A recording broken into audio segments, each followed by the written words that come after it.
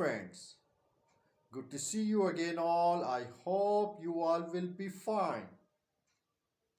And for all of you, I pray that God fulfill your all dreams and give you lots of happiness. And my dear friends, every time I try my best to give you all latest news.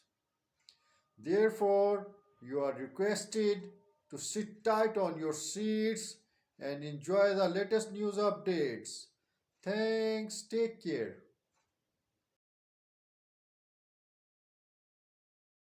The Iraqi Minister of Foreign Affairs, Fuad Hussein, said on Wednesday that his country is eager to develop bilateral relations in various areas with Spain. Hussein's remarks took place during a joint press conference with the Spanish Foreign Minister, José Manuel Albares Bueno.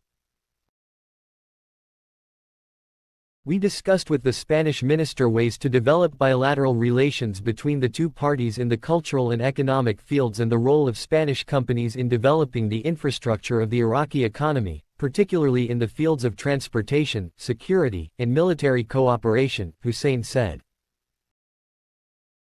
The foreign minister of Iraq commended Spain's participation in NATO and the international coalition and the training and advice Spain gave to the Iraqi military. The Iraqi foreign minister highlighted the need to hold intensive meetings to activate the Joint Economic Committee and promote cultural interchange.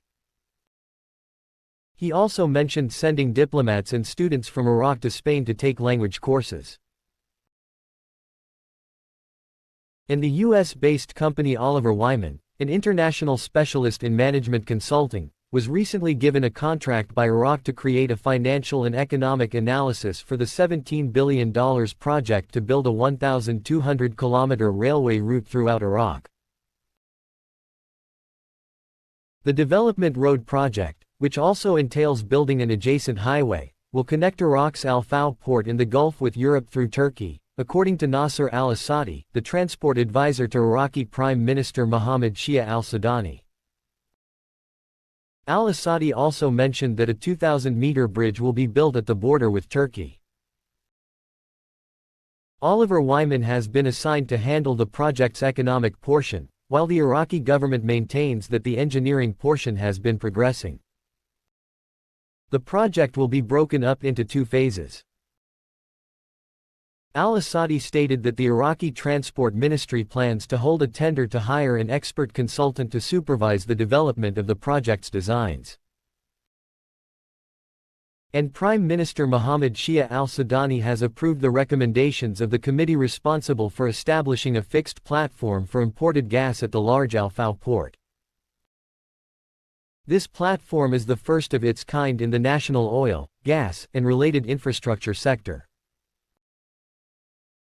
During a meeting chaired by the Prime Minister on Wednesday, the focus was on monitoring the procedures for implementing and operating the fixed platform for gas imports. This platform was endorsed by the cabinet to ensure the continuity of gas supply from multiple sources and address the shortage in power station operations.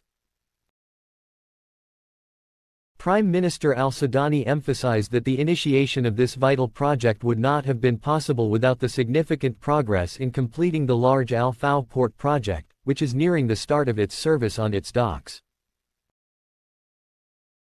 This project aligns with the government's efforts to solve gas supply problems, eliminate obstacles related to imported gas, and transition entirely to relying on gas produced from national fields.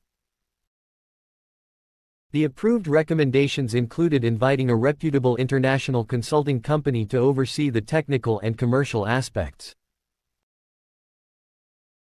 Additionally, invitations were extended to establish a fixed platform for importing liquefied gas at the large Al Faw port, along with all the necessary infrastructure for this project, and connecting it to the national pipeline network. And the Central Bank of Iraq noted the misuse of electronic cards outside Iraq, revealing at the same time that a number of them had been referred to judicial authorities for the purpose of taking legal measures against their holders under the Anti-Money Laundering and Counter-Terrorism Financing Law. The bank's media office said in a statement today, based on the supervisory and regulatory role of this bank, the misuse of electronic cards outside Iraq and during short periods has recently been observed, which affects and harms the financial and banking sector and its customers in the Republic of Iraq, and that is what was revealed by the reports of the competent security authorities. And the supervisory procedures of this bank and the Anti-Money Laundering and Combating the Financing of Terrorism Office. According to the statement, reports showed the use of employees' nationalized salary cards, retirees' cards, and social care, and a number of cards were referred to the Supreme Judicial Council for the purpose of taking legal measures in accordance with the Anti-Money Laundering and Terrorist Financing Law No. 39 of 2015 and the instructions issued pursuant thereto, and referring sector employees general to the Integrity Commission for the purpose of taking the necessary action by them. In its statement, the bank warned, those who benefit from electronic payment services from the fake pages that have spread recently and which lure citizens taking advantage of the citizens' lack of awareness to obtain their card information in exchange for their promise to provide services that are not valid, and that obtaining the services is through the official and private applications of the entity. The card issuer, the bank, the electronic payment company, exclusively. Thanks, take care.